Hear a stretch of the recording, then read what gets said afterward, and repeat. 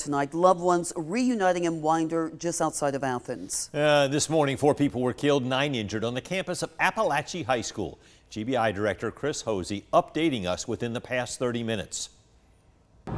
Of those that are deceased, 2 were students and 2 were teachers here at the school. 4 families unable to reunite tonight. The GBI confirms a 14-year-old suspect is in custody. He is a student at the high school and surrendered to law enforcement and school resource officers when they found him on campus. Video captured the moments law enforcement entered the school to evacuate students. 15-year-old sophomore Alexandra Romero recorded the clip. She says at first students thought it was a drill until they walked into the hallway and saw blood. Dave Malkoff wraps up what we know so far in Winder. Officials say gunfire erupted at this Georgia high school Wednesday morning. Obviously, what you see behind us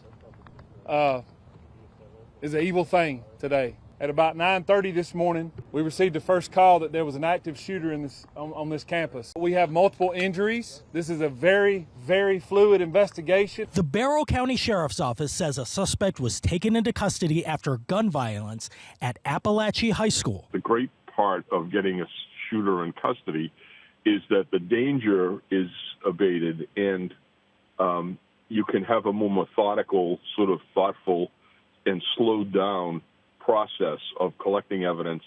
The sheriff's office said officers from multiple law enforcement agencies, fire and EMS personnel were dispatched to the school in response to the shooting. The FBI's Atlanta office says agents are on the scene and supporting local law enforcement. During the chaos, the school, with about 1,900 students, was placed on lockdown. They later evacuated to the school's football field and were cleared to reunite with their families. This woman says her young children attend nearby schools that were also locked down. I'm just trying to get to them. Hopefully they'll release them to me soon. Georgia Governor Brian Kemp says he directed all available state resources to respond to the incident.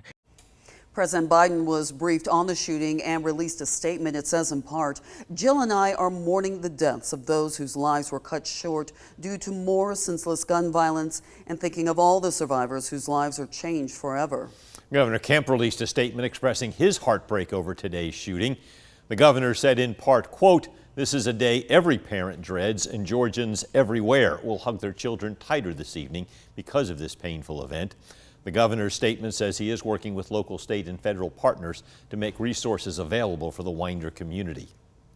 Other officials are reacting to the shooting tonight. U.S. Senator Raphael Warnock said in a statement today before injuries were confirmed, quote, "My heart breaks for the families of the victims at Apalachee High School and for every student."